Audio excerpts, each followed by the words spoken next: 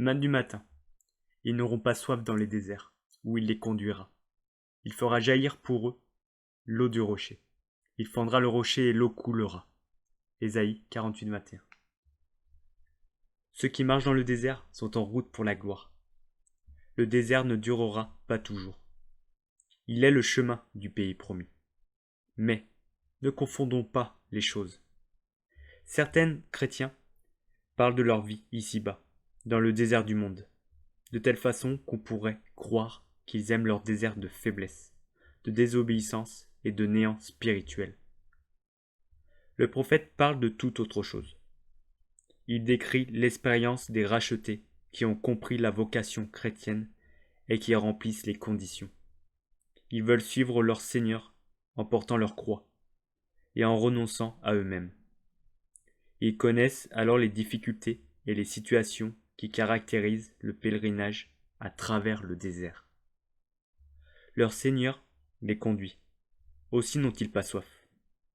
Ils ne sont pas mécontents, ils ne désirent aucune chose mauvaise et n'ont pas de pensée étrangère. Malgré les circonstances extérieures, ils éprouvent plein de repos et pleine satisfaction en lui. Il fera jaillir pour eux l'eau du rocher. Ce qui, au premier abord, a pu leur paraître très dur à comprendre. Mais ils l'ont découvert ensuite. Une bénédiction, de l'eau pure et rafraîchissante. Rien n'est plus dur et plus sec qu'un rocher. Et cependant, quand ils s'en trouvent sur le chemin où notre Seigneur nous précède, l'eau coule de ces rochers. C'est lui qui les fend et en fait jaillir l'eau. L'obstacle, le roc qui nous barre la route, la difficulté incompréhensible, la surprise pénible que nous avons de la peine à accepter, il veut en faire jaillir de l'eau. Quand cette difficulté sera surmontée, nous serons reconnaissants d'en avoir été victorieux. Cette expérience, loin d'être une perte, aura été un enrichissement. Elle sera transformée en une bénédiction qui aura vivifié tout notre être. Ils n'auront pas soif dans les déserts où il les conduira. Il fera jaillir pour eux l'eau du rocher. Il fendra le rocher et l'eau coulera. Verset biblique. Genèse chapitre 21, versets 14 à 19. Abraham se leva de bon matin. Il prit du pain et une outre d'eau, qu'il donna à Agar et plaça sur son épaule. Il lui remit aussi l'enfant, et la renvoya. Elle s'en alla et s'égara dans le désert de Beersheba.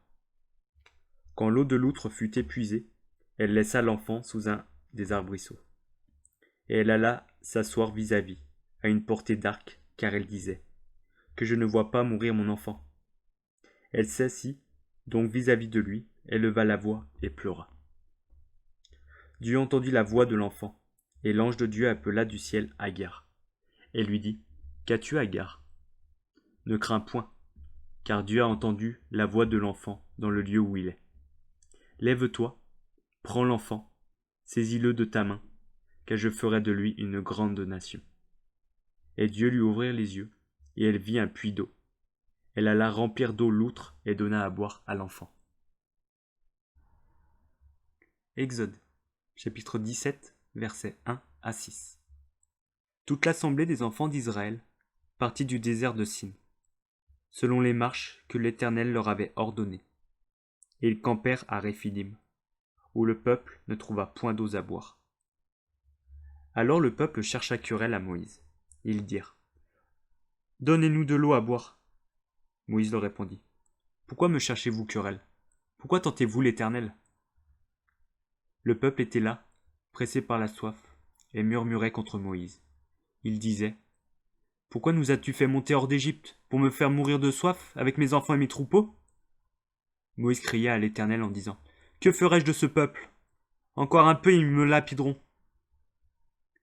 L'Éternel dit à Moïse « Passe devant le peuple, et prends avec toi des anciens d'Israël. Prends aussi dans ta main ta verge avec laquelle tu as frappé le fleuve et marche. Voici, je me tiendrai devant toi sur le rocher d'Horeb.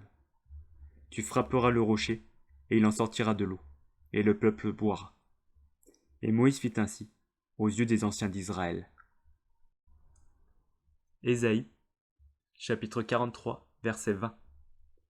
Les bêtes des champs me glorifieront, les chacals et les autruches, parce que j'aurai mis des eaux dans le désert, des fleuves dans la solitude, pour abreuver mon peuple, mon élu.